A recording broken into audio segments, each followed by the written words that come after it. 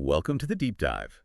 Today, we're tackling something fundamental about how we make choices, specifically about quitting. When we give up on something big, could be a job, a fitness goal, maybe even a relationship, we usually tell ourselves, okay, this is a rational decision. We think we weighed the pros and cons and just, concluded it wasn't worth the struggle anymore. This isn't for me. But what if that feeling, that sense of making a smart retreat is actually a kind of illusion? What if the urge to quit isn't really about logic, but it's more of a psychological knee-jerk reaction, like some ancient programming going haywire in our modern lives? That's precisely what the research suggests. Yeah. We're diving deep into a concept that really gets at why we sometimes surrender right when we might be closest to a breakthrough. It's called learned helplessness. And our goal here isn't just to, define the term. It's to really unpack the mechanism behind it. We want to understand how this survival instinct, which is millions of years old, can still hold us back today, how it makes us walk away even when maybe the door's actually open. Okay, right. So let's dig into that, this original survival mechanism. Why is our brain wired to hit the brakes so quickly? Well, it really all boils down to energy conservation. Think about our ancestors. Efficiency wasn't just nice to have, it was literally survival. Every single calorie spent needed to count. You couldn't afford to waste precious energy chasing prey you couldn't catch or, climbing a cliff that led nowhere. Right, wasting strength like that could mean death. Exactly. If you poured your limited resources into something unattainable, you didn't just fail at that one task, you were depleted. You were vulnerable when the next threat came along, or maybe the next real opportunity. So the ancient brain learned a pretty straightforward rule then. If the effort feels endless or the return isn't obvious, just abort. Cut your losses. Save yourself. Precisely. The brain got very good very quickly at recognizing patterns related to effort and reward. If you try really hard again and again, and the situation doesn't change, the mind triggers a kind of psychological shutdown. It's this powerful, almost automatic command basically saying, stop, you're wasting vital resources here.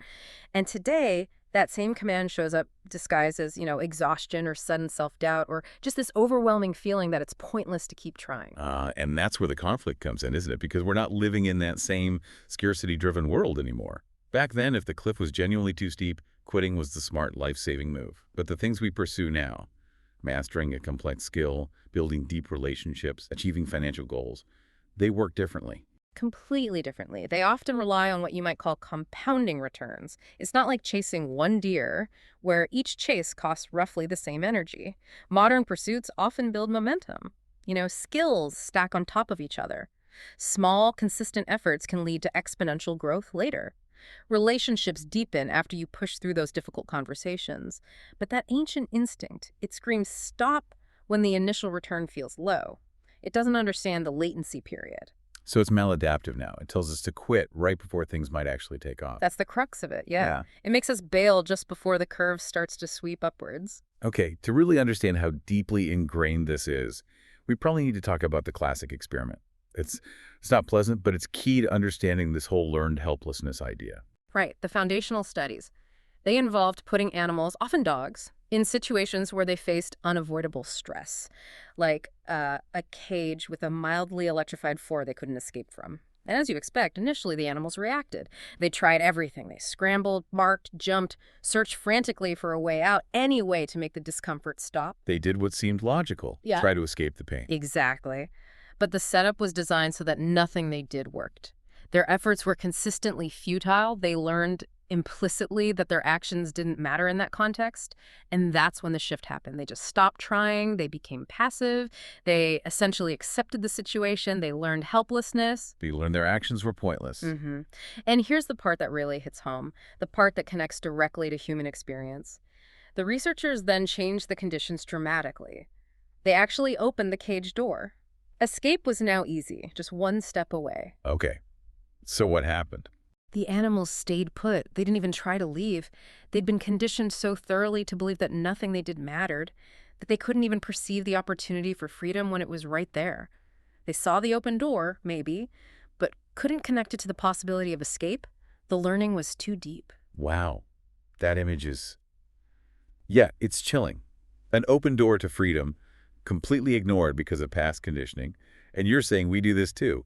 After enough job rejections or failed relationships or creative projects that go unnoticed, That's the parallel. We stop reaching, we stop trying, we start putting ourselves out there after enough setbacks. we convince ourselves that the door is still locked, even when maybe, just maybe, it's actually open. Like the source material says, maybe the headset is still within reach, but we've stopped believing we can grab it. But this raises a really important question, doesn't it? How do you tell the difference? How do you know if quitting is learned helplessness or if it's actually, a smart decision? Like if a job is truly toxic, isn't living the right call? That's the million-dollar question, right? And yes, absolutely. If the environment is genuinely damaging or the goal is objectively impossible, then that primal shutdown mechanism is working correctly. It's protecting you. But learned helplessness, it thrives in that gray area. It kicks in when the situation could potentially change, when effort might eventually pay off. But you've already decided it won't. It becomes this self-fulfilling prophecy based on past failures projected onto the present. And it doesn't usually announce itself with like a logical argument. It's much more subtle. It's that quiet voice inside. It doesn't yell, "You're a failure." It whispers things that sound reasonable, almost kind, like, "You've tried so hard, you deserve a break." Or maybe, "Look, this just isn't meant for you. Let it go." Yeah, it feels like wisdom. Or self-care, like you're finally being realistic and protecting yourself from more disappointment.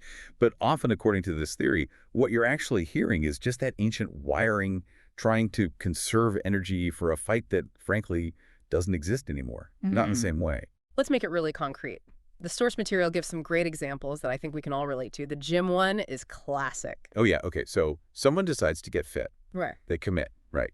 They show up, they work out, they maybe change their diet. They're doing the work.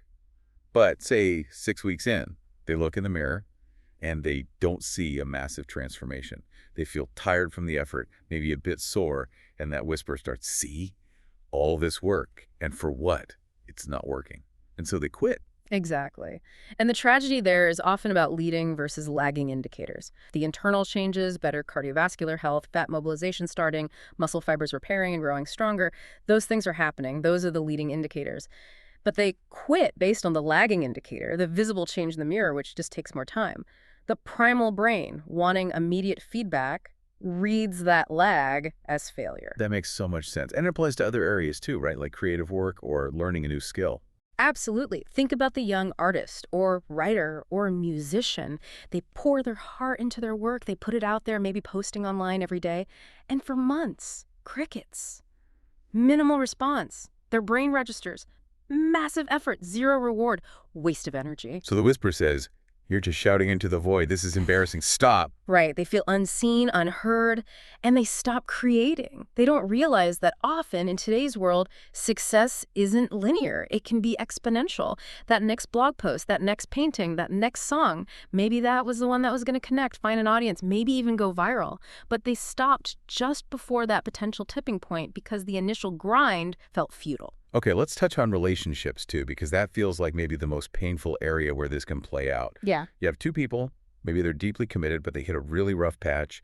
Communication is breaking down. Yeah. Everything feels like a fight, like wading through mud. And they start thinking, this is just too hard. We must be incompatible. Maybe it's just over. They assume the struggle itself is proof that it's ending, that the exhaustion means there's nothing left. Yeah, they interpret the friction as a sign of fundamental incompatibility, rather than perhaps a necessary part of growth.